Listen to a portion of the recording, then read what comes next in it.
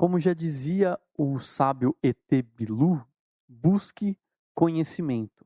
E se você busca conhecimento, esse é o lugar certo. É o podcast cheio de conhecimento, de muita coisa boa, muita informação, muita coisa legal. Cara, sério, dá para aprender muito nesse podcast. Podcast com a Gabi Egito, diretora que está lá fora, levando o nome do Brasil para seus curtas-metragens, e a gente vai conversar com ela sobre a carreira dela, sobre os filmes que ela fez, vamos falar sobre o mercado americano, o mercado brasileiro, vamos tentar entender como é que tudo isso funciona. Podcast sensacional. Vou falar nada, tô com medo do ET Bilu. Cinemação, o seu podcast sobre cinema. Acesse nosso site cinemação.com. Cinemação.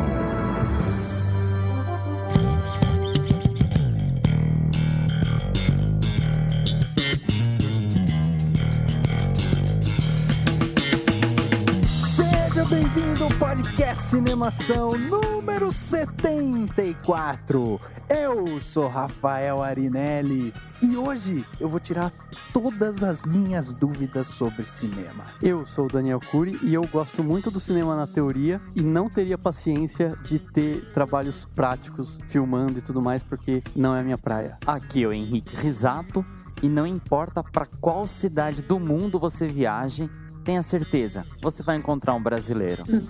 Eu sou Gabi Egito, eu acho que eu sou doida de carteirinha, porque o meu negócio é fazer cinema, fazer mesmo, não é só falar sobre cinema não. Aliás, acho que você é doida e um monte de gente, né, também. É. Hoje no podcast Cinemação número 74 nós temos a honra, né, de conversar aqui com a Gabi Egito, nossa entrevistada da noite ou do dia ou da tarde, depende da hora que você está escutando isso. Mas vamos bater um papo sobre carreira internacional, sobre fazer cinema, qual que é as maiores diferenças entre o mercado lá fora, o mercado aqui dentro. Vamos falar sobre a carreira da Gabi também, vamos ver como que ela chegou, né, onde ela está hoje. Gabi, antes de tudo, né, antes de começar, eu queria agradecer você pela disponibilidade. Eu imagino que você deva estar numa correria enorme aí, né? Tipo, não é toda hora que você vem pro Brasil e tal. Então, eu só posso agradecer essa disponibilidade sua em bater esse papo com a gente e dividir com a gente, né, toda a sua experiência. Nossa, você tá falando assim, parece até que eu sou, não sei, uma grande estrela, né? Na verdade, eu tô começando, como todo mundo, batalhando aí na área, mas e é um grande prazer falar com vocês, né? Muito legal ter essa oportunidade, obrigada também. Ô, Gabi, mas assim, você não é ainda uma estrela maior em Hollywood, mas a gente já observa aí pelo seu talento, né, todo pelo seu esforço, que o caminho está sendo galgado até lá, né? Então a gente tem essa honra de conversar com você, inclusive pela experiência, né? Não é todo dia que a gente conversa com alguém que realmente se arriscou do jeito que você se arriscou, foi para fora tentar uma carreira que muitas vezes é uma carreira até mal vista, né, pelas pessoas, né, carreira de cineasta, principalmente aqui, tem gente que fala, pô, aqui você não vai ganhar dinheiro com cinema e tal, né? Exatamente, eu acho que isso é um ponto bem legal, porque eu tenho um blog, né, eu comecei, quando eu fui para os Estados Unidos há 4 anos atrás, eu fui fazer um curso de cinema numa escola chamada New York Film Academy, na filial de Los Angeles, que fica dentro do Universal Studios. Eu fui lá para fazer um curso que era de 8 semanas, ou seja, 2 meses. É um curso intensivo, que você tem aula de manhã, desde as 9 horas da manhã até 6 horas da noite, e aula todos os dias da semana, né? Aliás, a aula era de terça-feira a sábado, e domingo e segunda você filma. Então é assim, imersão completa, né? Então foi assim que eu cheguei lá. E aí, desde o início, quando eu estava planejando viagem, eu já comecei a fazer esse blog, que chama Brazilian Girl in LA, brgirlinla.com. E lá também eu dou muitas dicas, assim, que aí começou um monte de gente me escrever, perguntar, né, como estudar fora e várias coisas. E aí eu tenho várias perguntas e respostas lá, as mais comuns do pessoal sobre isso. E uma que o pessoal fala muito, essa coisa, né, na área artística, de você falar, mas como que eu vou ter uma vida, uma carreira, como que eu vou viver disso, como eu vou ganhar dinheiro, como eu vou sobreviver. E aí, eu não sei se eu tenho uma resposta para isso, mas o que eu consegui pacificar na minha cabeça, eu tenho uma história assim, eu fiz curso de jornalismo, trabalhei como jornalista há muito tempo, mas eu não era feliz fazendo isso, quer dizer, eu gostava, achava muito legal, mas eu amava o cinema, então era como se eu fosse casada com uma pessoa e amasse outra, sabe?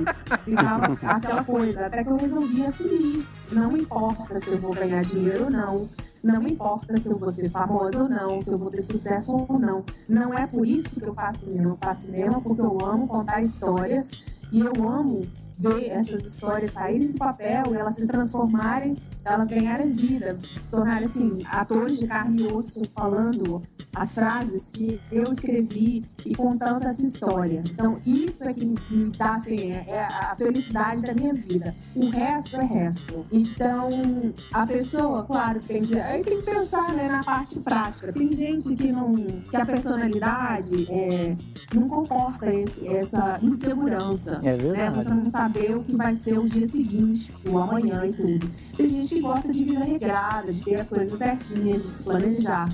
Então é uma pessoa que pode ter um hobby de gostar muito de cinema, de assistir os filmes, de fazer crítica, mas não é uma pessoa para trabalhar na área.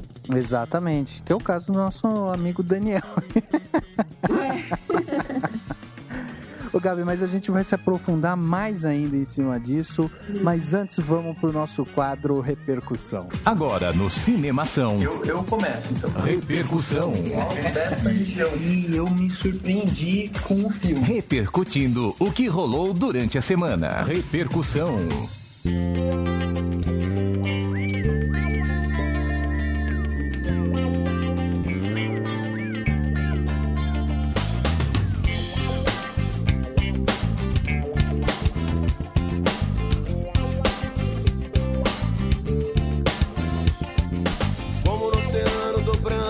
A série perfeita, o mar leva todas as coisas ruins, mas é só pra quem se sujeita. Mais uma vez a gente tem aqui um monte de comentário pra ler, né? Cheio aí de comentários, sugestão, dúvidas, pessoas dando aí suas opiniões sobre filmes. É muito legal essa interação com o público, né? E, obviamente, que antes disso a gente tem que lembrar, né, Dani? Como que as pessoas fazem para entrar em contato com o Cinemação? Milhões de pessoas estão vendo o Cinemação, estão interagindo, estão entrando lá no site e aí escutam um podcast nos seus trabalhos e tal e falam, agora eu preciso comentar, eu tenho que falar sobre isso, aquela angústia de precisar e às vezes na angústia não lembra, mas o Dani, obviamente, com todo o seu glamour e inteligência, vai lembrar as pessoas como que elas fazem. Primeiramente, vale ressaltar o drama que o Rafael fez, né? Mas eu acho que é um drama, porque o que acontece? As pessoas precisam transcender aquilo que elas sentem, que elas pensam, e as pontas dos dedos delas coçam pra escrever pro Cinemação, né? Elas querem falar tudo que elas sentem, que elas pensam, enfim, colocar o que elas sentiram nos filmes. E aí você entra no facebook.com/cinemação, sempre sem cedilha e sem tio, Cinemacal, facebook.com/cinemação, e você escreve pra gente, comenta, manda mensagem de inbox. Se quiser no Twitter, tem o @cinemação, você pode dar reply, dar RT, comentar o que você acha das coisas que a gente coloca lá. Se quiser seguir cada um de nós no Twitter, você entra no @DanielCuri com Y para falar comigo, no @Arinelli com 2 L's para falar com o Rafael, e no @HenriqueRisato com 1 Z e 2 T's para falar com o Henrique.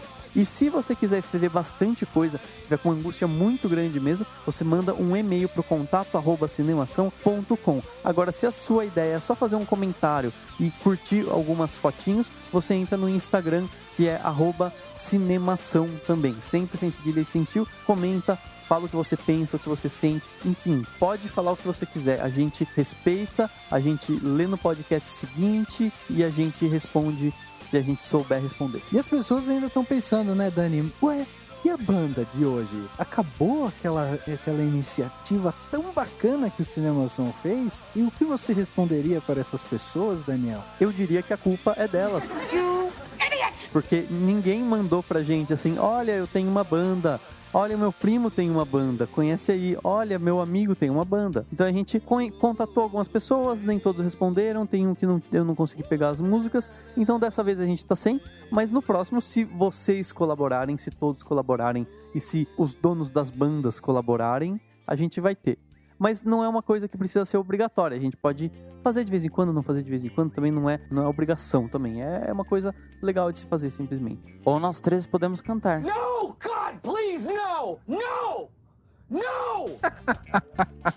Muito bem, vários comentários aqui pra gente ler, né? Dessa vez eu vou começar aqui com o comentário da Nath Nunes. E ela escreveu justamente no último post do 10 coisas que você não sabia. Dessa vez foi sobre o Johnny Depp. E ela escreveu o seguinte: além de tudo isso, o Johnny Depp também é primo do Kurt Cobain. E mais interessante é que ele foi responsável por ter lido a carta de suicídio do mesmo no seu funeral. Aí, antes da gente comentar sobre isso, eu vou perguntar para o Dani. Dani, isso que ela falou é verdade ou é mito? Pelo que eu entendi, é um mito, é um hoax da internet, sabe os hoax?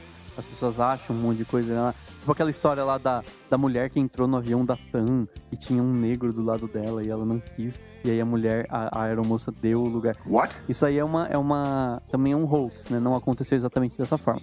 Mas enfim, é um hoax da internet, alguém criou. Quem leu a carta de suicídio do Kurt Cobain foi a Courtney Love que leu, pelo que eu saiba, assim. Mas enfim, é um hoax, é um mito que criaram, não é verdade. Então, ainda bem que não foi a gente que pôs. Porque você comentar não tem problema, o problema é o Cinemação colocar e perder a sua credibilidade. Isso não é verdade. Pois é, mas aí, tipo, ele não é primo do Kurt Cobain, mas, né, pô, o cara tem uma história legal também de vida. Imagina se ele tivesse aquela história de vida e além disso ainda fosse primo do Kurt Cobain. Tipo, porra, o cara ia ser, né, um mito, né? Mas não é, infelizmente não é, então... Nath, ele tem a história dele, tudo que a gente colocou aí, que tá aí no post dos 10 coisas sobre o Johnny Depp, é sobre o Johnny Depp mesmo, e vamos tentar investigar mais, né? O que se sabe é que essa história é um mito, mas se você tiver alguma informação relevante, tipo assim, um depoimento do próprio Johnny Depp falando, eu amava meu primo, aí talvez a gente consiga descobrir o real nível de parentesco. Os dois são americanos, se isso te consola, pelo menos isso eles têm em comum. If you're gonna get mad at me every time I do something stupid, then I guess I'll just have to stop doing stupid things. Bom, a Amanda Aparecida Santos, que sempre escreve pra gente, ela escreveu mais um comentário no último podcast, que foi o podcast Cinemação 73, sobre o filme Trapaça, e ela escreveu o seguinte: fala galera do Cinemação, antes de começar a falar pelo cast em si, devo admitir que eu gosto mais dos episódios que falam de um filme em particular do que no geral, então gostei muito do cast de Trapaça. Tendo dito isso, seguindo essa onda de Oscar, devo concordar realmente que o filme Trapaça foi superestimado pelo sucesso do Lado Bom da Vida e os grandes nomes do elenco, mas a superestima não prejudicou em nada a qualidade do filme. É um filme longo, na minha opinião, tem momentos forçados, mas são momentos que servem de transição para a trama e que nos deixa ansiosos para ver o que acontece depois.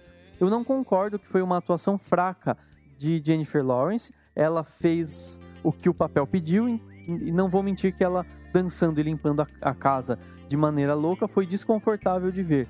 Não fez sentido a cena, mas ela foi bem no conjunto da obra.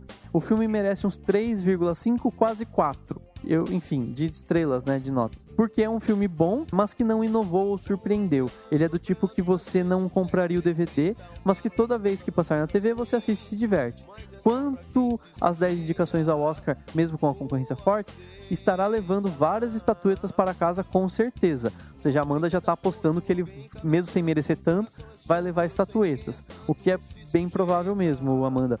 Eu gostei muito dessa definição que a Amanda deu, que é do tipo que você não compraria o DVD, mas toda vez que passar na TV você vai assistir. É uma definição legal de filme, tem muito filme que é assim, né? Você não compra o DVD, mas quando tiver na televisão você assiste, quando tiver oportunidade você dá uma olhadinha. Então eu achei bem legal, foi um comentário bem pertinente, ela coincidiu bastante da opinião da Amanda com a nossa que está no podcast. Quem não ouviu, ouve lá o 73. E outra coisa legal do comentário dela foi da estrutura do podcast, que agora a gente tá tentando fazer podcast mais temático, né? Que assim, um podcast só sobre um filme, que foi a primeira coisa que ela falou que ela gostou. E realmente a gente vai procurar fazer mais vezes isso pra pegar um foco bem maior nos filmes. E não precisam ser só estreias, como você viu no podcast que a gente falou sobre Um Corpo que Cai. Além disso, né, a gente ainda pode dizer que, o Trapaça foi indicado, teve 10 indicações ao Oscar. Se ele receber 2 estatuetas lá, principalmente na parte de figurino, nessa parte um pouco mais técnica do filme, tá bem entregue, né? Porque é justamente isso que mais chamou a atenção do filme. Além, obviamente, que a gente pode colocar aí um asterisco do Christian Bale fazendo esse papel tão caricato que ele fez agora, né? Mas fora isso, eu acho que a parte forte do filme tá realmente na parte técnica. Vou ler o comentário aqui do MacGyver Ramone, que o cara teve assim uma super criatividade pro nome dele, a não ser que ele realmente se chame MacGyver Ramone.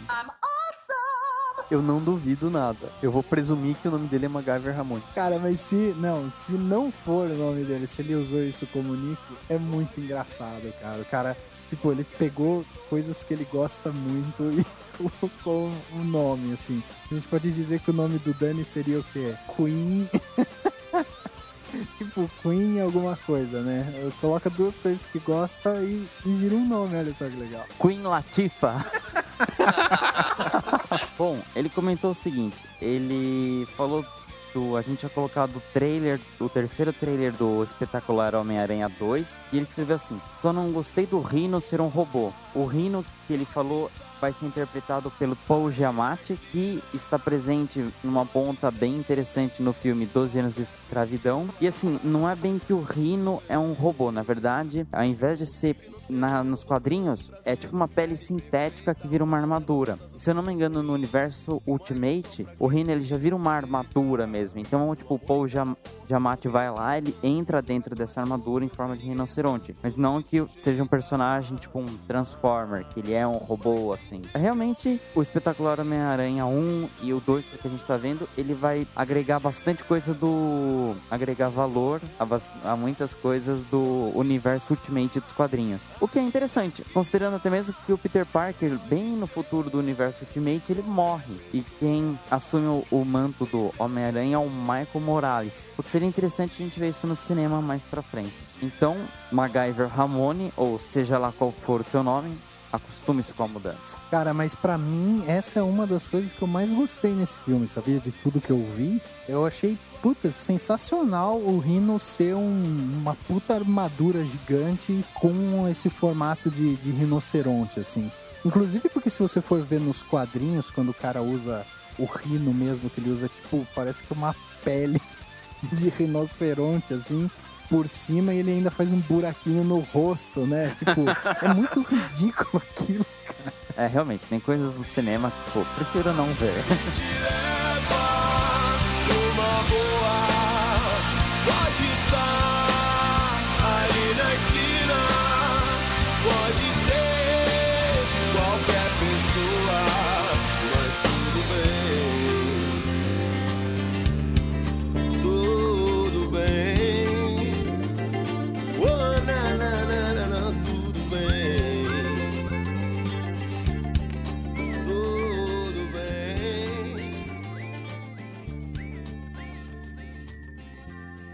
My partner. I believe he's stealing from me. I just don't know how. Frankly, I didn't see it coming. Wild and unpredictable stuff happens. After centuries of experience, I still can't figure out exactly what triggers that.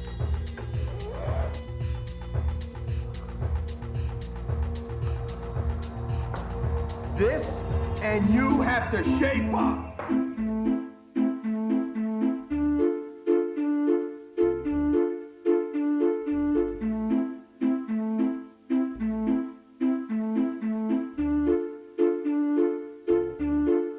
Gabi Egito. Gabi, você chegou em Los Angeles em 2010, não foi isso? Quando você foi lá para fazer um pequeno curso, então. Na verdade, um curso, acho que era de 2 meses, né? Olha como a gente estudou sua vida, viu? Tô vendo. Espero que você tenha visto as partes boas. Os podres a gente esconde, né? Daqui a pouco o Rafael vai falar: você dorme com uma camisola cor-de-rosa.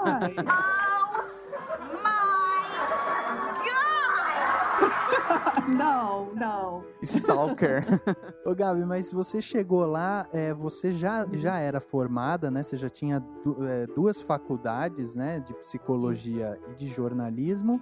E aí você resolveu, então, abraçar o cinema. Por que essa vontade de ir estudar, fazer um curso curto no exterior, né? E não, de repente, em alguma escola aqui em São Paulo, no Rio, alguma coisa assim. Por que você teve essa iniciativa de ir para fora? Aí é uma coisa muito específica. Eu, na verdade, além dos cursos, né, das graduações que eu tenho, eu fiz mestrado em cinema na USP. Então eu tenho esse mestrado, mas é um mestrado teórico. E eu desde sempre, desde que eu comecei a gostar de cinema, eu comecei a fazer cursos. Então sempre estudei muito, fiz muito desses workshops e cursos, né, mais breves assim, na área de cinema, de roteiro, de produção, de tudo. Mas era tudo muito teórico.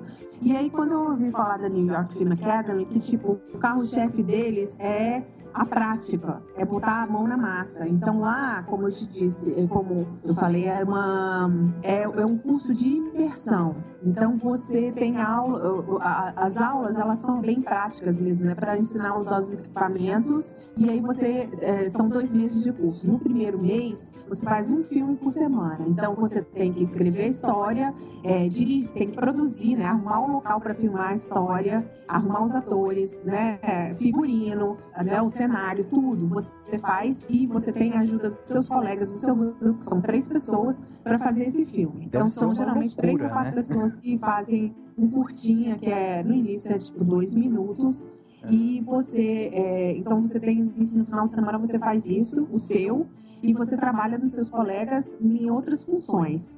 Então você está aí exercitando não só a parte de ser diretor, de aprender a se virar, porque você está numa cidade totalmente estranha, que você nunca esteve antes, falando inglês, né? Uhum. E tendo que se virar para arrumar as coisas, e você trabalha com seus colegas como diretor de fotografia, como eletricista, como maquinista. Então você já vai tomando contato com a parte técnica também dos outros. Deve ser um ritmo bem frenético, não é? Não, você chega, já tem Totalmente. Uma semana para fazer um vídeo, né? Tipo, a aula começa segunda-feira e na sexta-feira você pega o equipamento para ir já filmar o seu primeiro filme. Uhum. No caso, era um curso na New York Academy, né? Film Academy. Isso, na filial de Los Angeles. E que é um dos berços, né, do cinema americano, né? Então tinha toda essa... Como eu já tinha toda essa bagagem teórica de ter estudado no Brasil, de ter feito vários cursos, eu queria ter experiência prática de fazer os filmes. E então, quando eu tomei conhecimento do programa deles, eu achei assim, fantástico. Teve uma palestra eu agora não vou lembrar o nome do diretor, mas ele é um diretor respeitado e tal, e ele dá aula na escola. Ele é filho do Adam Nimoy, do Guerra nas Estrelas, né? Então, o sobrenome dele é Nimoy também. E ele deu uma palestra em São Paulo. Eu estava morando em São Paulo nessa época. Eu fui assistir. Na hora que ele começou a decupar uma cena, ele mostrou da primeira noite de um homem. E ele começou a decupar a cena, assim, mostrar cada pedaço, como foi feito e como foi filmado e tudo. Eu falei, nossa, é isso que tá faltando saber. Meu Deus, eu preciso muito.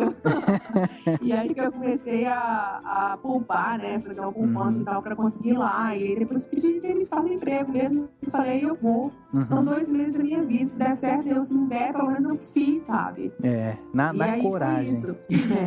Então eu fiz, aí tinha, o curso são os 2 meses, então o primeiro mês é esse ritmo, um curta por semana, além de trabalhar nos outros, então você chega no final de um mês tendo trabalhado 12 curtas, né? Sendo que 4 você dirigiu. A diferença absurda do Brasil, né? Com tudo certeza. bem mais demorado, mais claro, que é mais trabalhado, a parte teórica, né? construção do roteiro e tudo, mas você não tem tanto aquela experiência, assim. E aí, no segundo mês, era fazer um curta só. Então, você já faz uma coisa mais cuidada e tal. E aí, eu fiz esse curta no final do curso, né? Eu caprichei bastante, porque eu queria voltar para o Brasil e ter um portfólio legal para mostrar aos produtores, ver se eu conseguia arrumar um trabalho, né, na área. Mas eu terminei o curso querendo muito estudar mais, porque a gente aqui no Brasil, a gente acha que... Bom, eu já estava assim, uns 10 anos estudando cinema. Eu não fiz faculdade de cinema, mas fiz todos os milhões de cursos, li todos os livros possíveis. Então eu achava que já sabia. Mas quando eu cheguei para a parte prática, aí que eu fui ver, nossa, como eu preciso ainda aprender muito mais. Porque é como aprender a dirigir um carro, sabe? Não dá para você aprender a dirigir um carro só lendo um livro sobre como, sabe, o manual de instrução do carro. Não dá. Sim. Você tem que sentir as marchas, né? Ver lá que o carro puxa, como faz uma curva. Então dirigir um filme, ou produzir um filme, é a mesma coisa, tá? Então o que eu fiz foi, no final, eu falei, quer saber uma coisa? Me deu um estalo de mostrar esse filme para a direção da escola. Porque quando eu mostrava para os professores que eu tinha feito o filme, eles perguntavam assim, mas foi você que fez esse filme? E eu ficava muito pé da vida, né? Tipo, desconfiando de mim. Como assim? Eu não fiz, eu escrevi, eu fiz tudo. Mas aí depois um amigo meu me falou assim, Gabriela, na verdade você tem que levar isso como um elogio, né? Porque tá tão legal que não parece que foi alguém que fez um curso de 2 semanas ou de 2 meses que teve esse resultado. Aí eu fui para a direção da escola, por desencargo, assim, bem aquela cara de pau brasileira, sabe? Se der, deu, se não der. Amei, eles adoraram. E aí sim, me deram uma bolsa para o curso de 1 ano. Super legal isso, Gabi. Mas uma coisa que eu pensei, eu até tinha visto que você já até tinha comentado isso em alguma outra entrevista, que você falou que não percebeu lá que você não sabia quase nada, porque a parte prática é completamente diferente. Ou seja, você tinha estudado psicologia e jornalismo e achou que isso te daria uma coisa assim, te deixaria para você ser mais fácil. A gente entende, claro, a parte prática de fazer um filme deve ser uma loucura, deve ter muita coisa muito nova, e só quem realmente vai lá e faz, ainda mais numa instituição que nem a New York Film Academy, com certeza a gente tem noção de que aprende muita coisa. Mas o que eu queria saber, assim, é meio que o oposto. O que você acha que você carregou da psicologia, do jornalismo, que te ajudou, ou o que você traz dessas duas áreas que você já tinha estudado, que fazem com que, de repente, você ou se dê melhor, ou que seja um diferencial na hora de fazer lá o seu filme? Além desses 2 cursos, eu tinha feito vários workshops e eu fiz um mestrado em cinema lá na ECA, na USP, né? Mas a psicologia é ótima para criar personagens, né? Eu acho, os meus filmes são todos baseados em personagens bem construídos e com uma certa profundidade. Quer dizer, esse é o que eu gosto de fazer. Eu não gosto de filme de ação e de outras coisas, não. Meu foco é sempre tudo surge nos personagens, né? Em como eles são. E a parte do jornalismo, eu acho que me deu uma agilidade de produção muito boa, porque o jornalista é meio que um produtor, né? Ele tem que se virar, ainda mais eu trabalhei muito tempo como freelancer, então eu tinha que criar minhas pautas e vender e tudo, então acho que isso... E uma coisa muito legal é assim, que no jornalismo eu fui editora também de jornal e de revistas. A gente não tem aquela preciosidade com o texto, no sentido de que todo mundo mexe. Um texto que o repórter escreveu não é exatamente como ele vai ser publicado, entendeu? O editor vai mexer, o redator vai mexer, né? A pessoa faz a correção do texto e tal. Então a gente troca as coisas de lugar, a gente corta e não tem aquela... Não é como se fosse uma obra de arte que fica intocada, sabe? Não pode ser tocada. Tem que praticar o desapego, né? É bem prático. O negócio tem que ser... tá com 2 minutos, tem que ser 1 minuto, corta um pedaço e pronto. Então eu acho que esse pragmatismo é uma ótima coisa que veio para mim do jornalismo. E também as críticas, né? De ser muito mais aberta para ouvir críticas e não levar isso como uma coisa, sabe, como uma coisa pessoal, mas de saber ouvir e conseguir, né, processar o que as pessoas me falam e modificar o que é necessário. In my business, I try to remain uninvolved. I'm not paid to care about anybody. But I can't help feeling responsible for what happens, you know? I know I have no right to ask you this, but I do ask you. Please don't tell anyone. What, there's more? But wild and unpredictable stuff does happen. I taste the air so close to where we swam with no clothes. Eu até vi, Gabi, no seu site que você até cita lá que os atores dizem que você é uma diretora como que eu poderia traduzir? De atores. Não sei se existe algum, mas assim, que você consegue se conectar muito porque você fala a língua deles, né?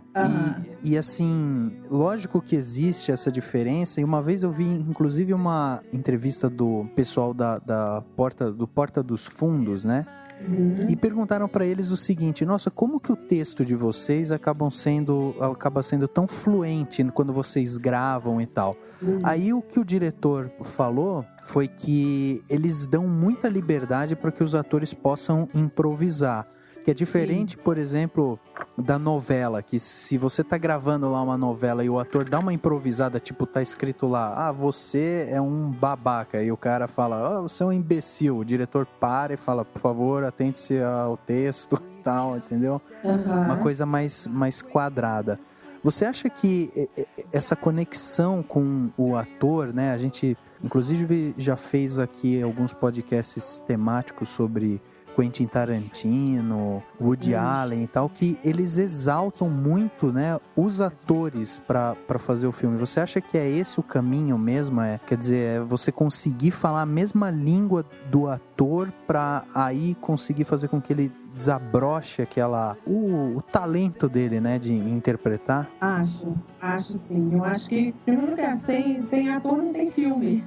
Pra mim, eu acho que o ator é a base, entendeu? É a história e bons atores para contá-la. Não é efeitos especiais, nem um cenário maravilhoso, nem movimentos pirotécnicos de câmera, entendeu? Exatamente. Esse é mais ou menos a minha opinião. E aí eu acho que os atores, eu também dou essa liberdade para os atores. Não tanto de improvisar, assim, depende da história. Às vezes tem uma história que não dá muito espaço para improvisar, sabe? Mas eu dou a liberdade deles mudarem o texto, deles falarem o texto do jeito que eles acharem melhor e mudar as palavras também. Eu não tenho. Aí essa é a coisa que veio do jornalismo, né? Exatamente. Não é sagrado, o que eu escrevo não é sagrado. É uma base, um roteiro, como o nome já diz, é um roteiro, né? Um guia para o que vai ser gravado, mas não está escrito. Não está gravado, tem uma expressão is not written in stone, que é uma expressão em inglês, né? Não está gravado já na pedra ali e tem que ser daquele jeito, não tem isso não. E aí eu acho que a relação com os atores, eu já quis ser atriz, teve um tempo que eu estudei teatro, eu fiz peças de teatro mesmo e tal, fiz vários comerciais em São Paulo e tal, mas depois quando eu comecei a dirigir, eu vi nada a ver eu ser atriz. Eu nunca, nossa, nada a ver. Primeiro que quando eu era atriz, eu olhava o roteiro e ficava assim, esse roteiro não tá tão bom assim não, né? Podia mudar aqui, podia mudar ali. Ai, olha como tá fazendo, onde tá botando a câmera, nada. Exatamente. Então eu era uma chata, eu já era diretora sem saber, entendeu? Eu tava no lugar errado. Mas aí eu entendo eles, porque eu cheguei a fazer faculdade, eu não terminei, faculdade de teatro, no Rio, aqui no Rio, que eu tô falando do Rio, né? Do Rio de Janeiro, no momento. Mas não terminei. Então eu entendo tudo que eles passam. Entendo a sensação deles quando estão em cena, porque eu já também fiz isso, né? Então é diferente. A gente olha, a gente já sabe. Eu já sei o que eles estão sentindo e eu falo pra eles o que eles precisam saber. E eu dou muita liberdade. Eu não fico falando, você tem que falar essa frase desse determinado jeito. Não. Entendi.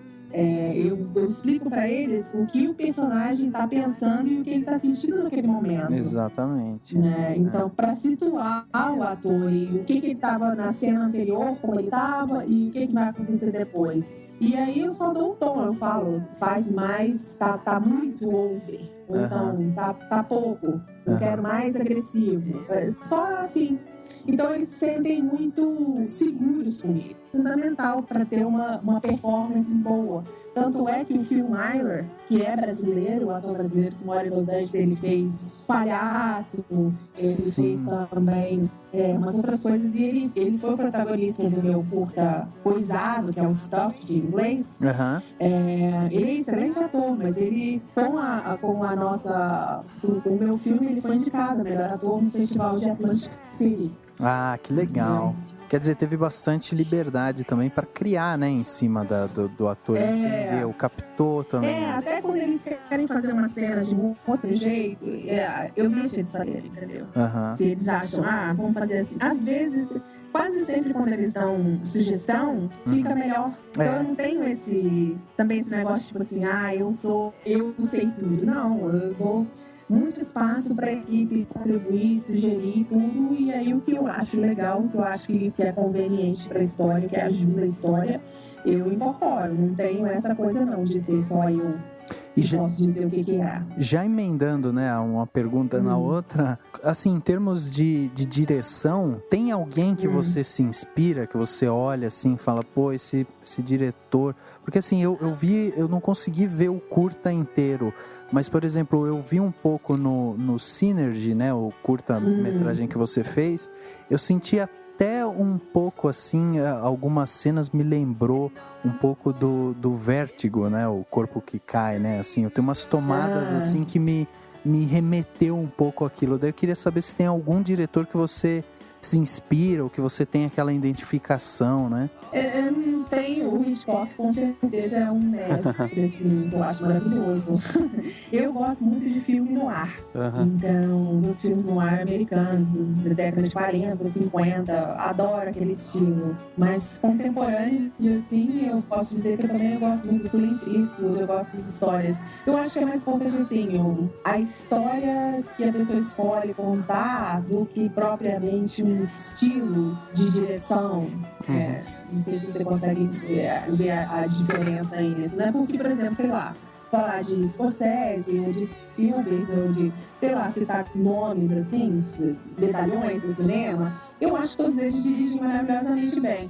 Mas o que ecoa mais em mim, assim, são algumas histórias do Clint Eastwood, o Hitchcock, a maneira como ele escreve, mas, por exemplo, eu amo Lars von Trier, que é totalmente diferente, mas ele dirige atores tão maravilhosamente, as histórias deles são tão boas, que eu acho eles o máximo. Eu não sei se o meu estilo, se algum dia eu vou usar alguma coisa do jeito que ele usa as imagens, ou do jeito que ele faz, né, as tomadas, os takes, mas certamente é o meu objetivo de conseguir fazer os atores interpretarem dessa maneira, sabe? E criar histórias que sejam tão profundas e proporcionem tanta reflexão quanto ele.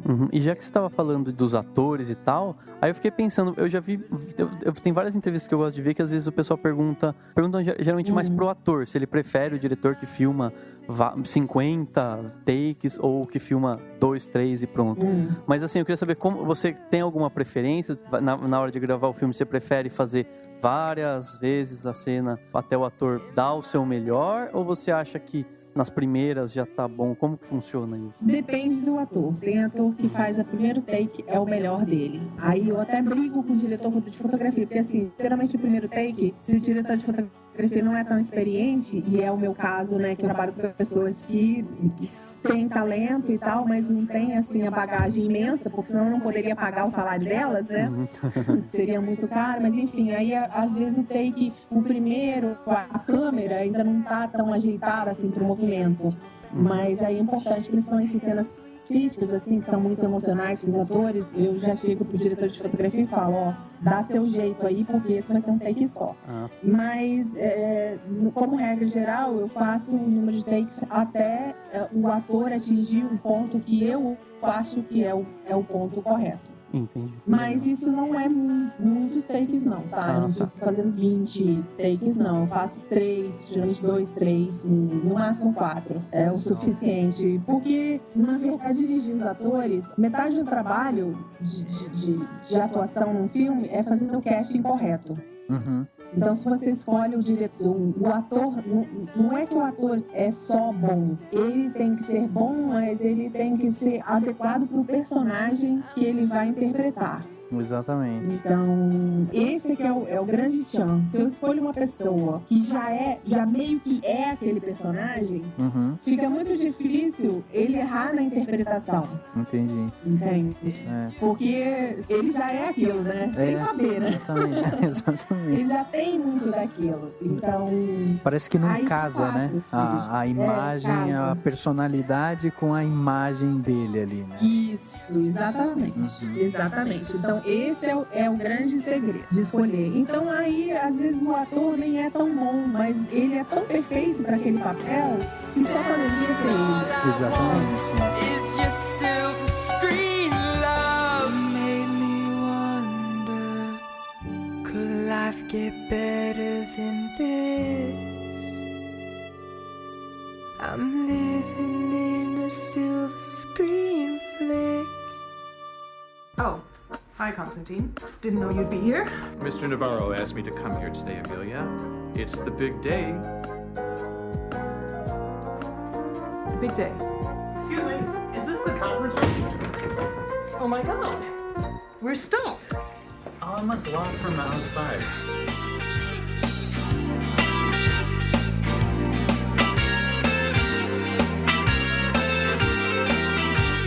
Gabi, agora em termos de mercado, assim, você brasileira foi pro exterior para estudar e tal. Você sentiu algum tipo de diferenciação? Porque me chama até a atenção, até uma das primeiras coisas que me veio na cabeça quando a gente falou, vamos chamar a Gabi para participar do podcast e tal, foi que a gente está tendo agora, né, uma crescente, pelo menos em Hollywood, na massa, né, assim, nos filmes mais populares, começou agora uma crescente mais forte em termos de diretoras femininas, né?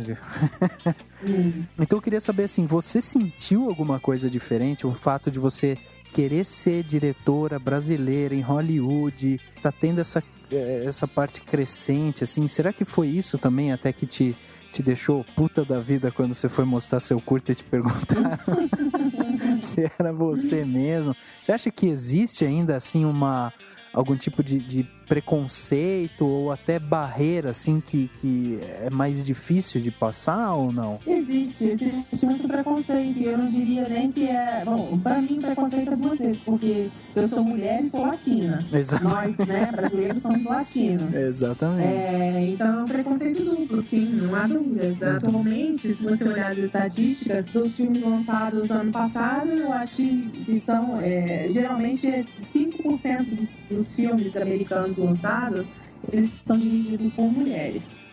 Então é absurdo, né? Exatamente. 95% diretores homens e 5% mulheres.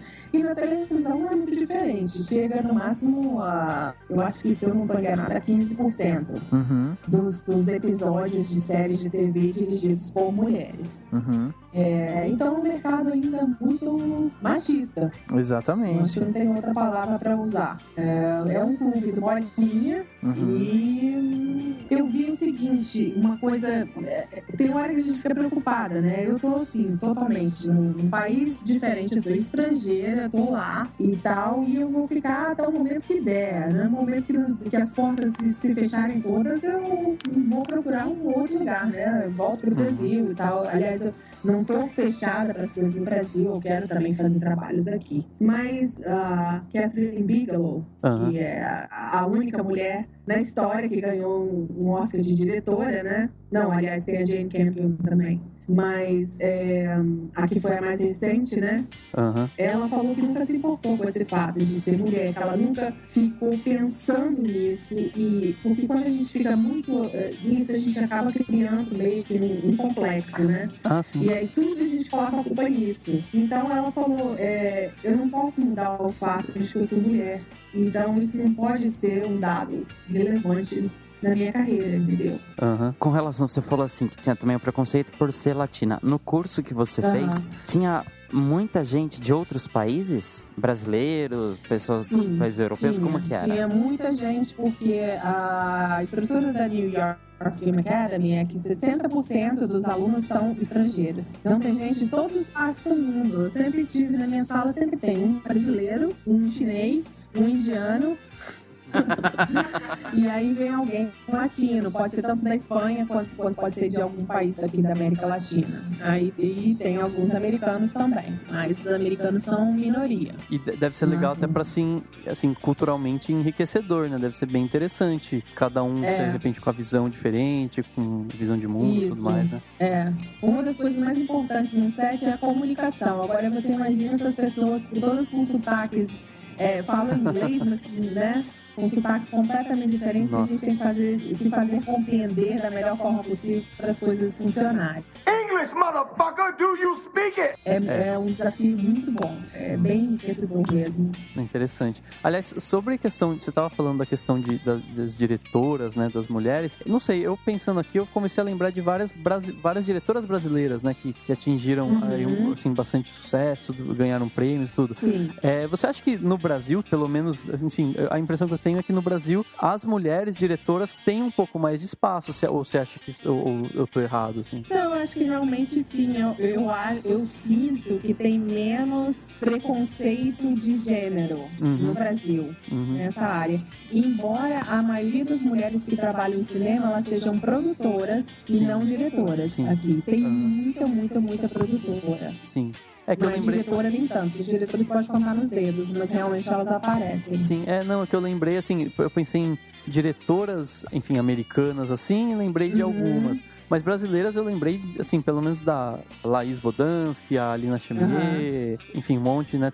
Eu pensei em mais nomes, eu lembrei de mais nomes de brasileiras, né? Verdade, é verdade. Isso, você acha que seria, de repente, um ponto positivo pra você um dia conseguir alguma coisa por aqui ou fazer algum projeto legal por aqui? Claro, eu acho que sim, né? Eu acho que se você tem mais abertura, se não tem esse preconceito, né? Porque o que acontece lá, na verdade, é assim, os executivos, né, que os estúdios e tudo, eles praticamente só convidam homens pra dirigir. Não é que não tem diretoras maravilhosas, excelentes, de nível superior, igual ou superior aos homens, mas eles acabam falando, não, mas a gente não conhece os nomes, não sabe. E tem, inclusive, o sindicato dos diretores lá, que é o Directors Guild of America, eles têm uma seção que é para minorias. Então, eles fazem a promoção e a divulgação do trabalho de mulheres, de negros, né, e de outras minorias assim, e tentam inserir no mercado de trabalho. Mas é uma coisa muito difícil porque depende, eles não têm leis de proteção às minorias como aqui no Brasil, né? Nunca seria pensado por eles um sistema de cotas, por exemplo. Então, vai mais da iniciativa privada, particular mesmo, de cada um. Eles podem fazer estimular, eles mandam anualmente um relatório com todas as mulheres que são associadas ao Directors Guild, os trabalhos que elas fizeram, o currículo delas e tudo. Então tem essa lista. Mas mesmo assim, não existe tanto interesse dos estúdios de contratarem mulheres. É uma questão bem forte lá. Aliás, Gabi, aproveitando que você falou dessa diferença, às vezes até, enfim, de mercado como um todo que tem entre Brasil e Estados Unidos, eu queria entender um pouco como que é a principal diferença de fazer um filme, enfim, vamos pensar mais, de repente, até em longa-metragem, num sistema de estúdios diferente do sistema no Brasil, que depende muito de editais e tudo mais. Você tem algum tipo de, enfim, tem algum tipo de vantagem e desvantagem que dá pra pensar nesses dois esquemas de se fazer filme, americano e brasileiro? Eu acho que tem. A vantagem brasileira é porque você tem, né, os financiamentos, os estímulos, incentivos governamentais, né? Então você pode fazer um projeto, elaborar um projeto e ser contemplado por uma lei de incentivo.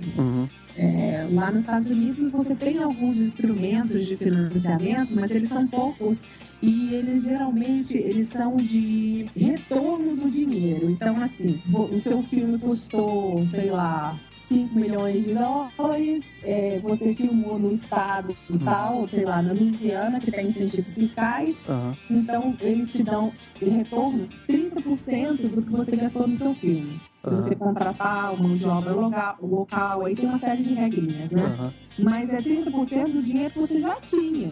Entendi. Você tem que ter, né? Eles não te dão dinheiro para fazer as coisas. Eles reembolsam o que você gastou. Completamente diferente do sistema brasileiro, né? Nesse sentido. Legal. Então eu acho que é uma grande vantagem no Brasil isso. Agora, lá, por ser esse mercado assim, eu acho... aqui são produzidos mais filmes, digamos, com conotação artística e não necessariamente visando o público ou visando o mercado, né?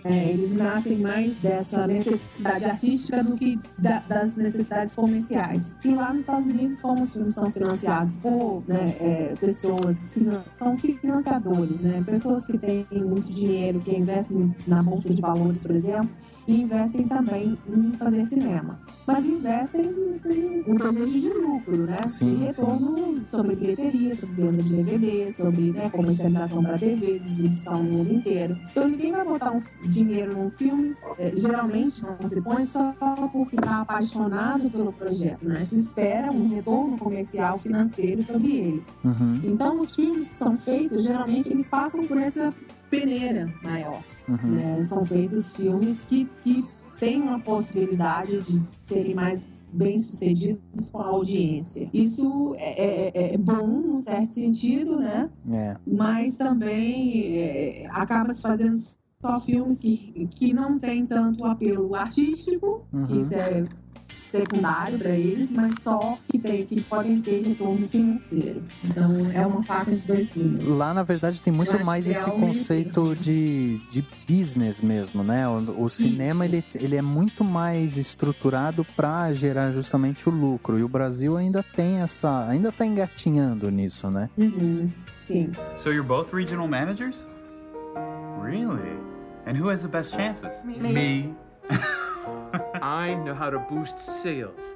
I can cut costs and improve profit. I know how to motivate people.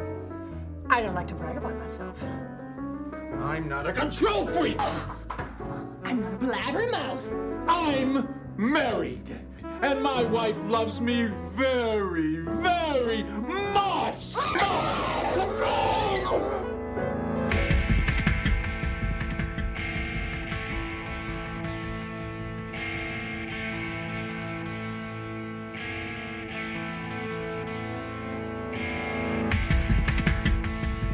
Gabi, eu queria entrar um pouquinho dentro dos filmes que você fez. Eu tava olhando todo o histórico, né? Alguns filmes que você fez.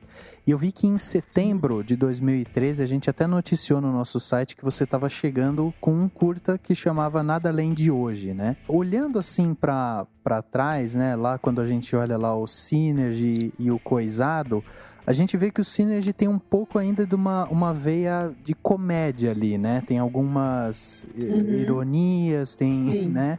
Tem um pouco disso. O Coisado já é um filme totalmente mais sério, mais denso, né? Mais dramático. O que o Nada Além de Hoje traz de diferente das duas histórias que você contou, assim, antes? O que você sente? Porque a minha impressão é que o Nada Além de Hoje é uma coisa mais familiar, assim. Ele tem um toque mais, quase que pessoal, sabe? Tem mesmo, você adivinhou certo. Bom, de certa forma, né, tudo que a gente escreve acaba tendo um tom pessoal, né?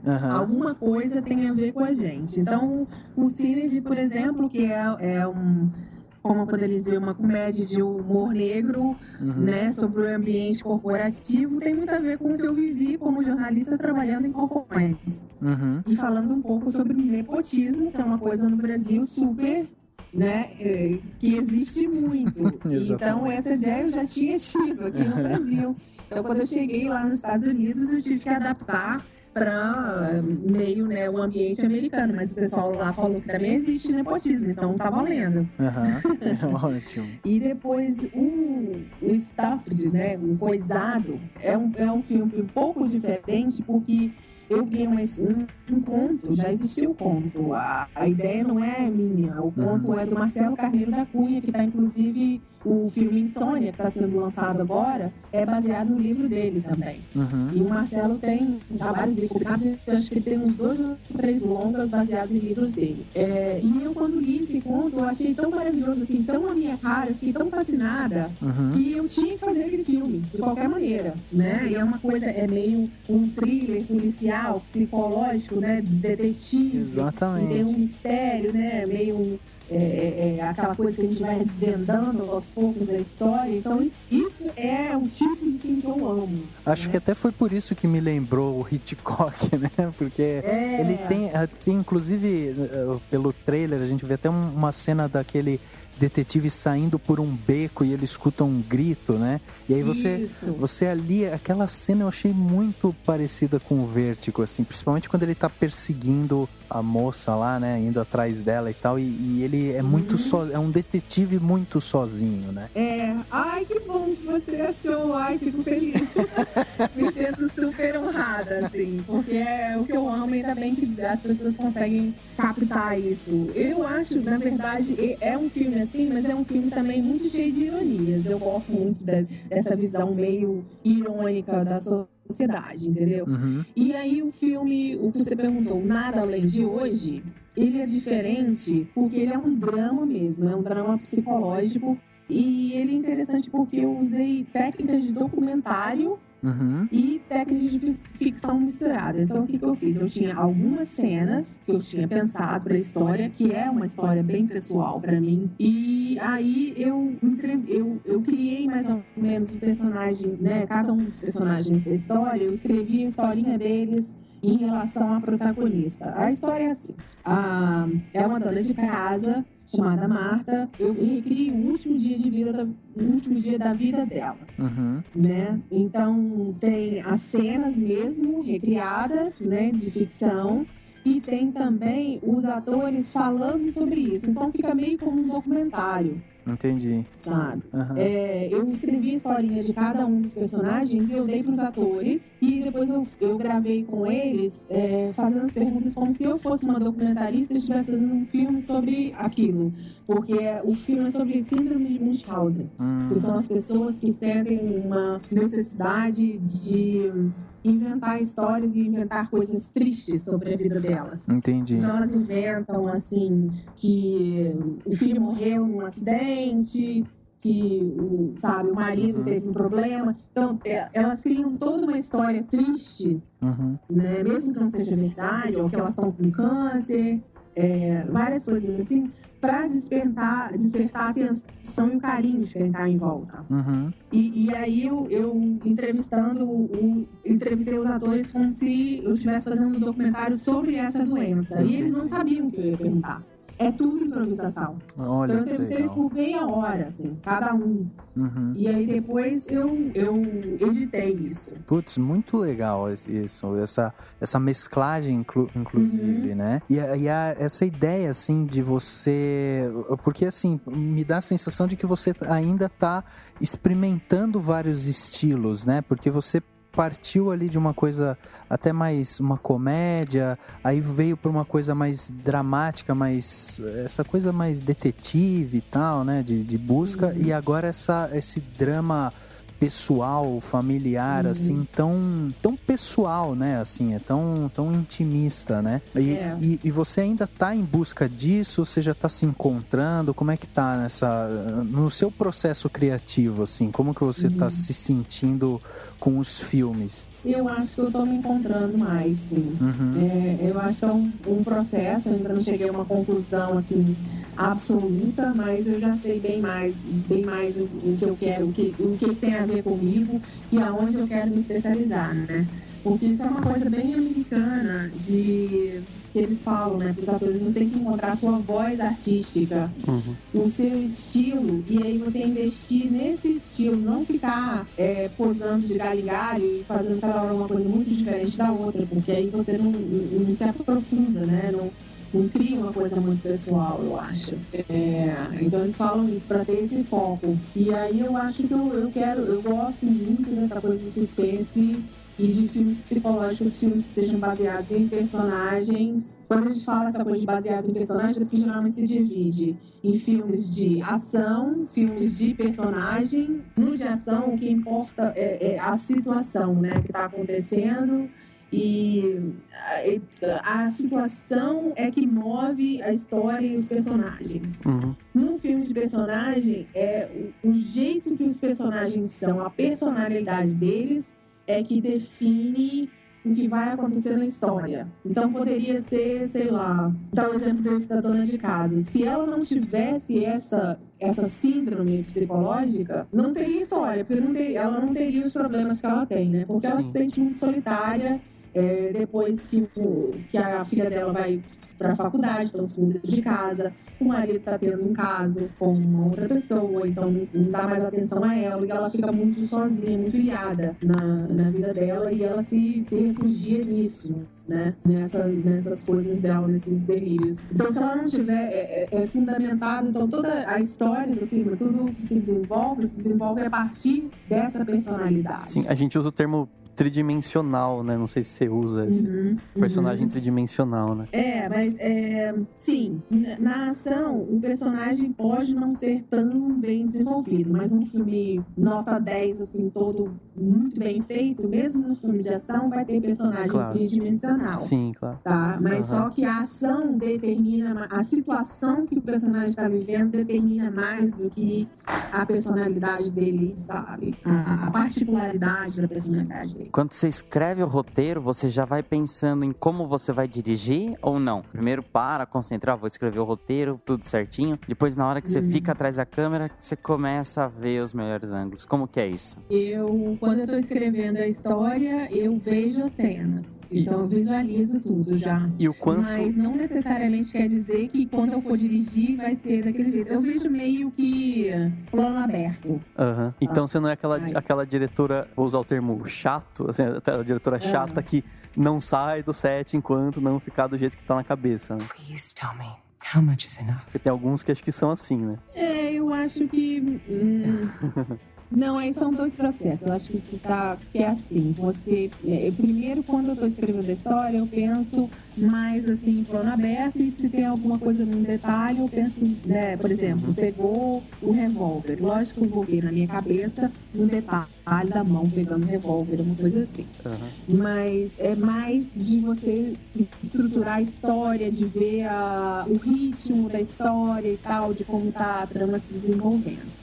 Quando eu vou pensar em dirigir isso, aí eu vou transformar o que está escrito em imagem. E isso eu faço assim, intuitivamente. Eu vi que tem um diretor, não sei se é o Scorsese, que ele, literalmente, o que está escrito no papel, ele transforma em imagem. Então... lá, a personagem entra, não sei o que, é a forma que eu transformo isso em imagem. Não sei se está claro, assim, como é que se eu estou explicando bem. O Scorsese, ele inclusive desenha muita cena, né? Ele tem o hábito de desenhar as cenas, de pensar como que vai ser construído, né? Aquilo lá, eu acho que é bem isso mesmo. Então, quando eu faço essa decupagem, assim, de ver parágrafo por parágrafo, transformando em imagem, aí eu já sei os planos exatamente como vou usar e como vou usar na edição. Claro que na edição a gente muda um pouquinho aqui e ali, mas eu já sei exatamente o que eu quero daquela cena, quais são os takes que eu vou usar, né? Quais são os shots. Entendi. Então já vai planejado para o set, sim. Pode chegar lá e, como tem reuniões antes com o diretor de fotografia, a gente já discute, né? Tem uma planta baixa do set, já põe a câmera onde é, então o plano 1 é aqui, o 2 é aqui, não sei o que, a gente discute a ordem, às vezes mescla dois planos, vai ficar mais legal, mas é basicamente aquilo que já foi planejado. Eu não sou daquelas que vai pro set e para ver o que vai acontecer lá, não. Sim. Lógico que se deixa um espaço, 10%, vamos dizer, que pode ser acrescentado, né, ou improvisado, alguma coisa, mas de antemão tá tudo planejado certinho, e aí tem que fazer aquilo, não dá pra deixar de fazer. We need to live every day to the fullest and not take things for granted, because I took my mom for granted. And I learned that.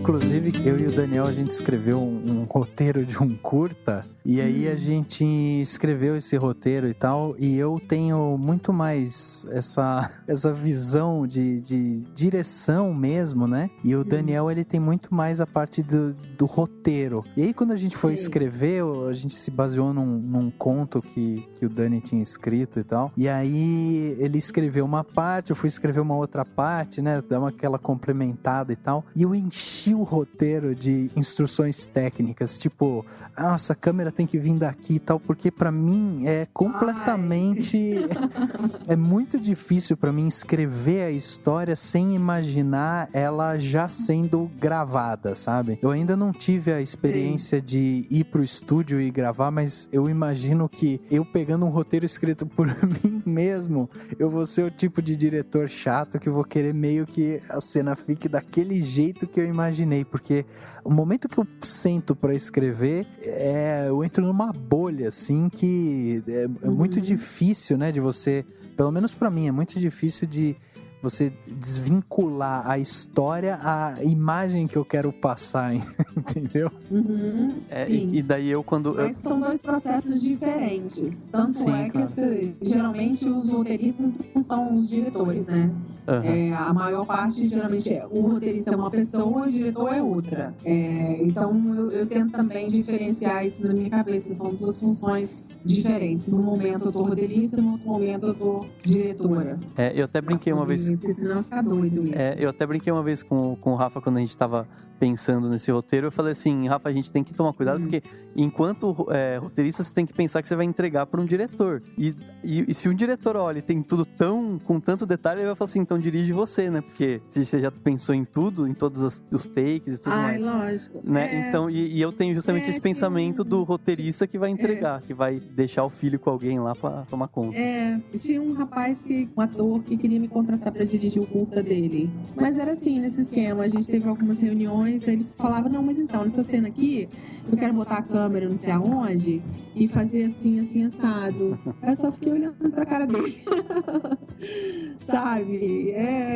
Então pra que eu vou ser o quê? Eu vou ser a pessoa que vai estar atrás da câmera executando o que ele quer, só porque ele não pode estar dirigindo e atuando ao mesmo tempo? Se vira. Verdade. Aí já não é meu problema. Se tá me contratando, tá contratando a minha criatividade também, né? Claro. E a minha força de trabalho. Não sou um autômata pra ficar executando função dos outros, não. Ô Gabi, agora, em 2014, 2013 você entregou aí o Nada Além de Hoje, e 2014 qual que é o plano?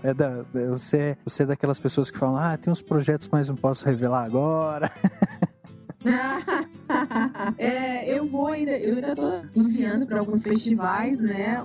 Tanto Nada Além de Hoje, como ainda o stuff, o coisado ainda tá rendendo mais festivais. E nesse meio tempo, eu tô desenvolvendo algumas coisas assim, paralelamente. Eu acho que eu tenho até que ficar mais regrada, assim, de pegar um projeto de cada vez e ir até o fim, do que ficar assim, porque eu tenho um projeto de um curta no Brasil, eu tenho também uma série de TV, aí eu tenho 2 longas, e aí eu fico assim, fazendo um pouquinho de cada um, e nunca tenho um negócio redondo pronto. Então vou chegar, vou parar e escolher um deles e e dedicar até concluir o roteiro, sabe?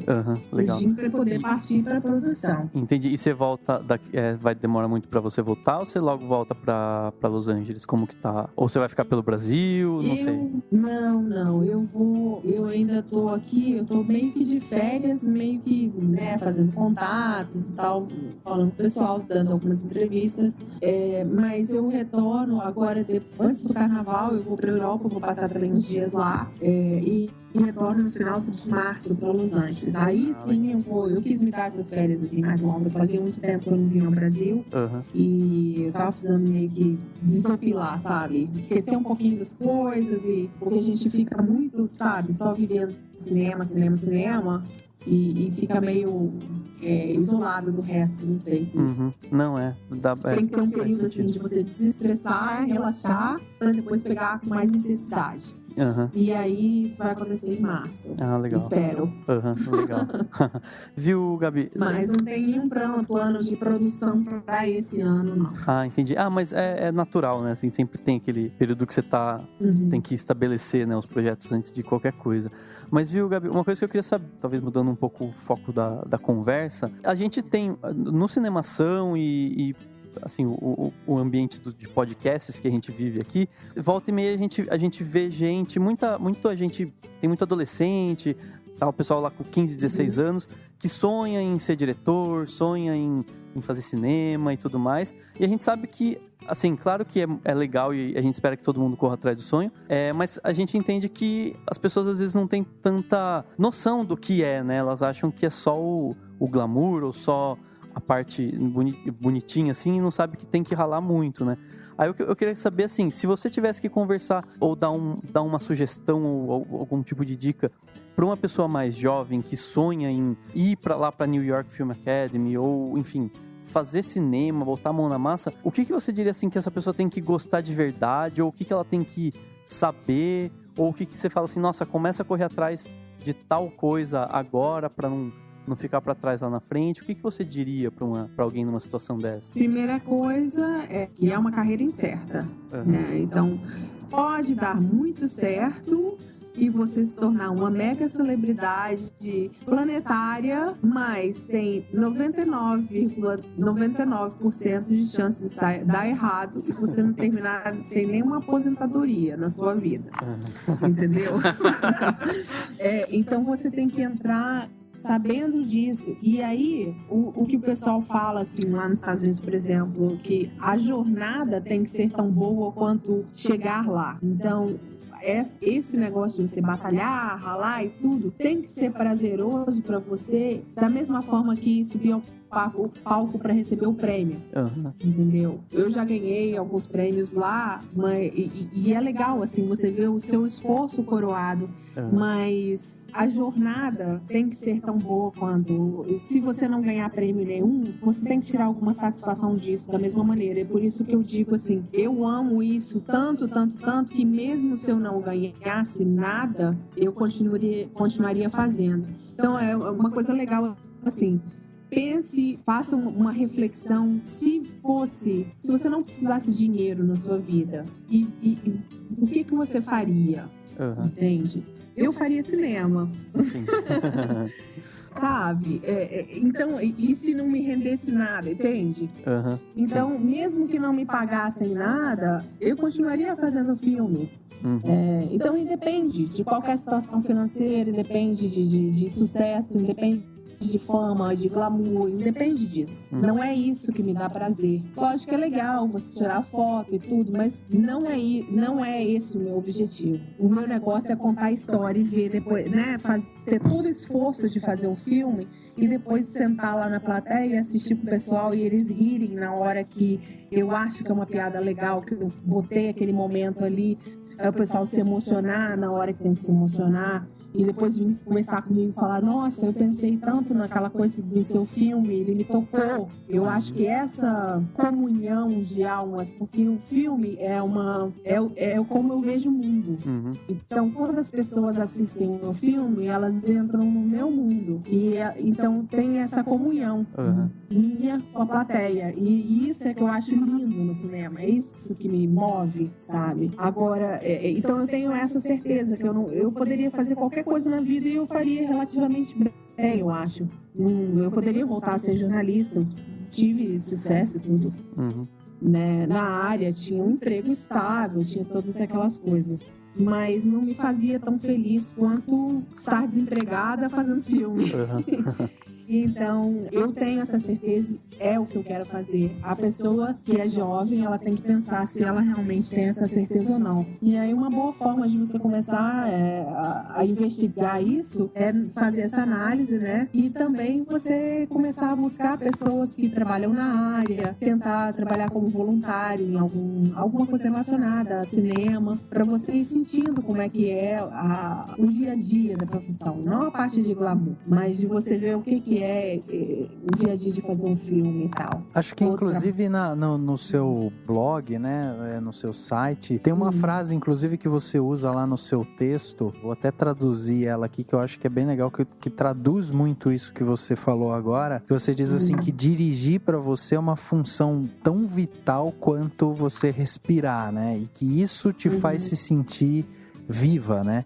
Então acho que acima de qualquer coisa, né, a pessoa que está disposta a se arriscar por um sonho e tal, ela precisa, antes de tudo, estar convicta de que, mesmo que dê errado, ela possa olhar para trás e falar, não, eu fiz tudo o que era possível para aquele negócio dar certo e era um sonho que eu tentei realizar, né? Então, para também não criar muito aquela coisa de frustração, né, perante aquele sonho que às vezes muita gente fala que é impossível e tal, e se a gente for depender também do que os outros falam, aí é mais difícil ainda, né, de realizar.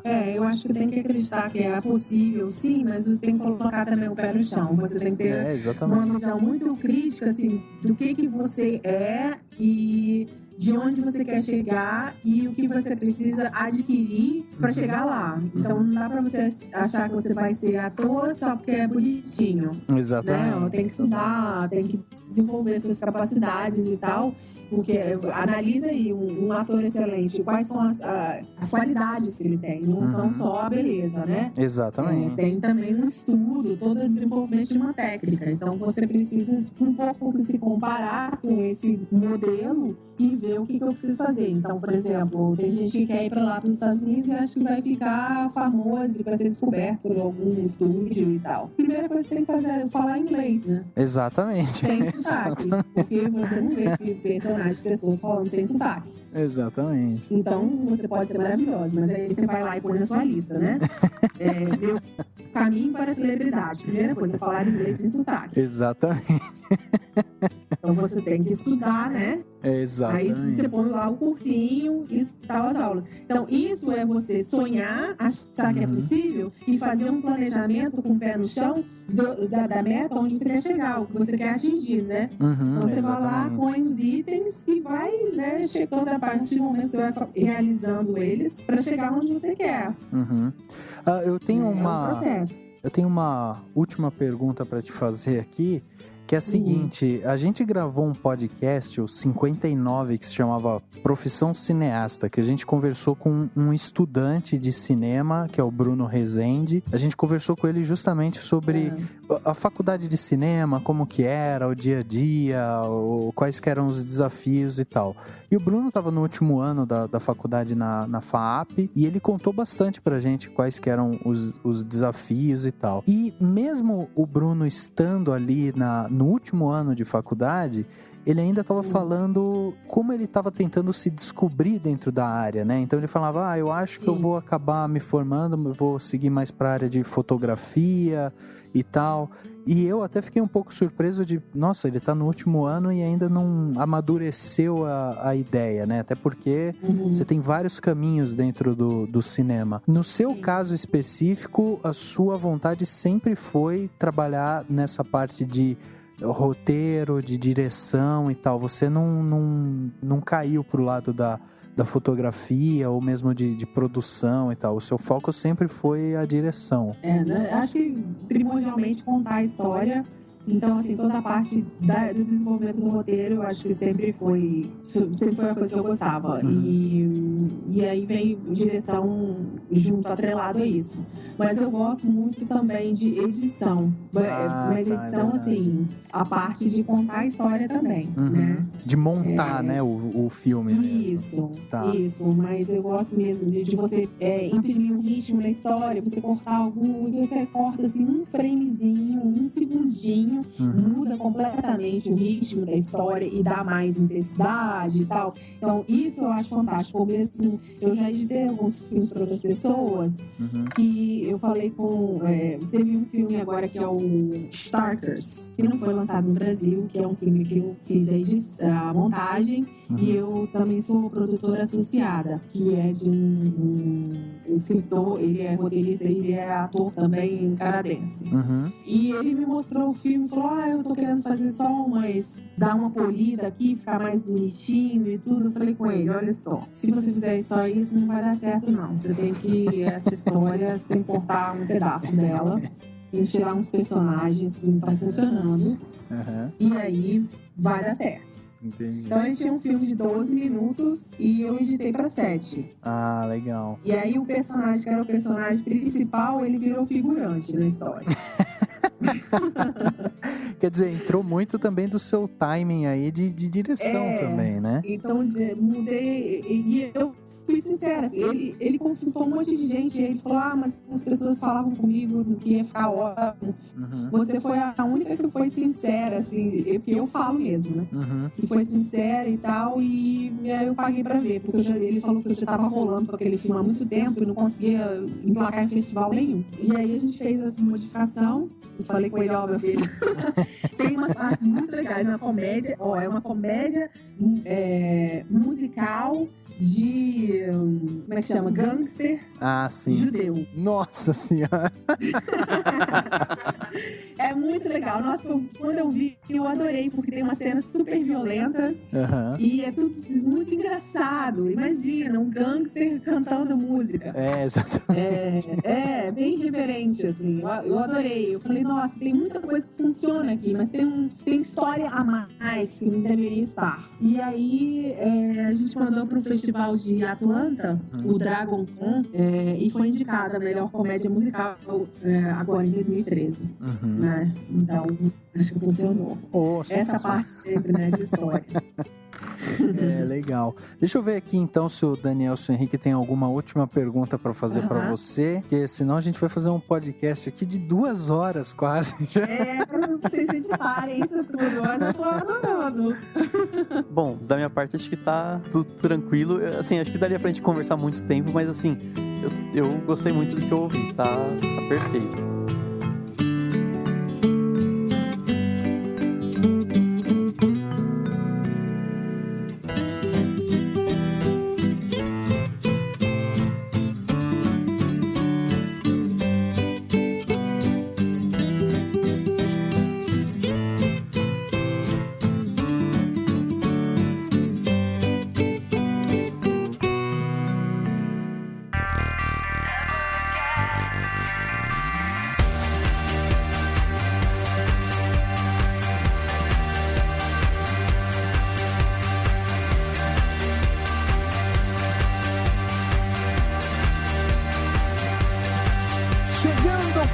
De mais um podcast, agora o podcast Cinemação número 74, e a gente só tem que agradecer a participação da Gabi Egito. Gabi, eu fiquei pensando numa piadinha pra fazer com o seu sobrenome, perguntar da onde que é o seu sobrenome, só pra...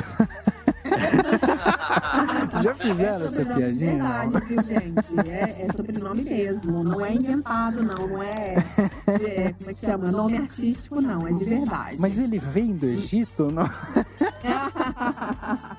Eu acho que, bom, pela lógica, eu acho que sim, né?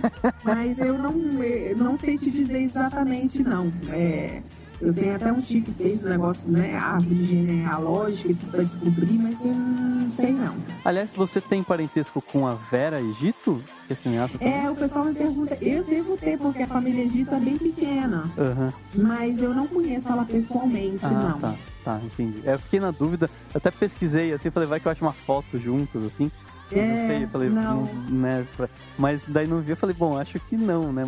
Enfim. Gabi, se você quiser dar um último recado aí para os nossos ouvintes aqui, né, do Cinemação, se você quiser deixar aí, a gente já falou, inclusive, do seu site, né, que é o brgirlinla.com, mas a gente vai colocar também o link no nosso post aqui e tal. Mas se você quiser aí deixar algum recado, não sei se você quiser mandar aí para as pessoas que estão querendo ir um último recado, você fica à vontade. Eu acho que quem tá afim de ir para os Estados Unidos e tal, eu acho excelente, entendeu? É uma experiência maravilhosa, porque você vai ter contato com outra cultura, né? Vai estar num país diferente, vai sair do colinho da mamãe. Ele vai ter que se virar sozinho. Exatamente. Então, eu acho que é excelente. Só por isso já é excelente, entende? Exatamente. Mas, e tem também, né, a coisa de você ter o contato com uma cultura que trabalha diferente, tanto a interpretação quanto o cinema em si, né, de ver isso como um negócio, como um business. Então é muito legal pra gente ter essa experiência assim. Eu recomendo que vá primeiro, tem que falar bem inglês para você aproveitar ao máximo a experiência, porque se você, imagina, você vai estudar lá e fica boiando na aula porque não entende o inglês, aí você gasta um dinheiro à toa, né? Exatamente. Não é verdade?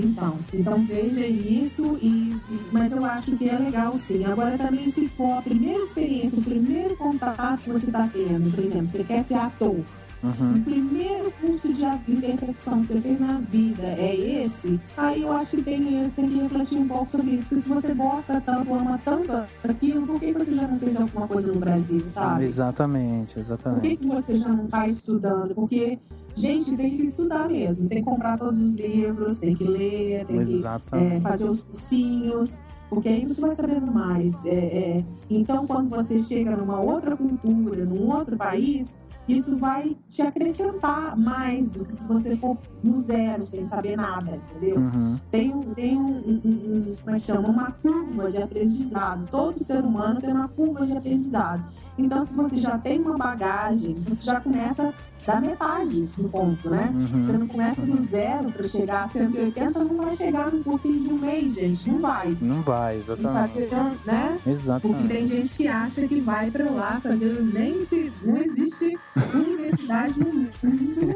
E um mês vai te ensinar o que a profissão que dura um curso de 4 anos ensina. Não, né? Exatamente. Tem que estar preparado, né?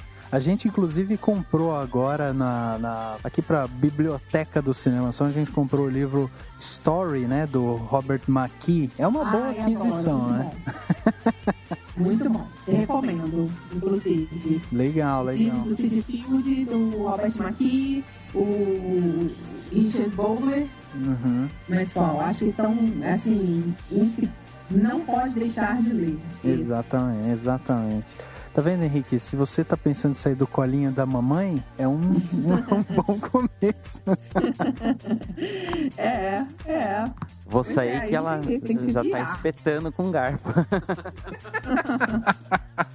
É isso aí, então. Gabi, muito obrigado por tudo. Muito obrigado pelo seu tempo. Obrigadão pelas informações. Foi sensacional, um dos melhores podcasts que a gente já gravou. E muito obrigado. Obrigado a todo mundo que tá ouvindo o podcast Cinemação. E até a próxima. Valeu, Dani. Obrigada demais, gente. Eu adorei. Gabi, brigadão, viu?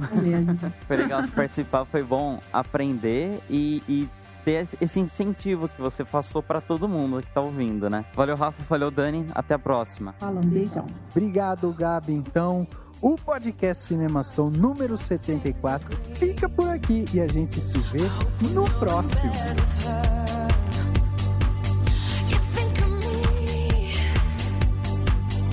would never wish bad things, but I don't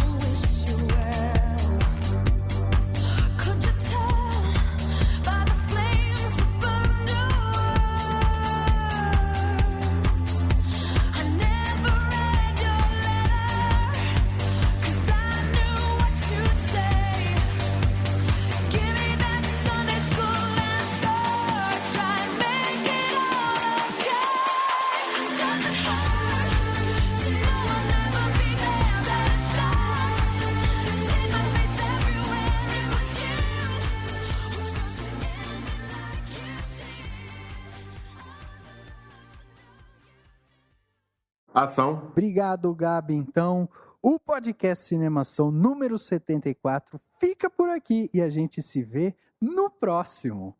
A gente ainda tá aqui, tá, Gabi? Era só encerramento. Tá. Eu gostei da entonação que você usa pra fazer.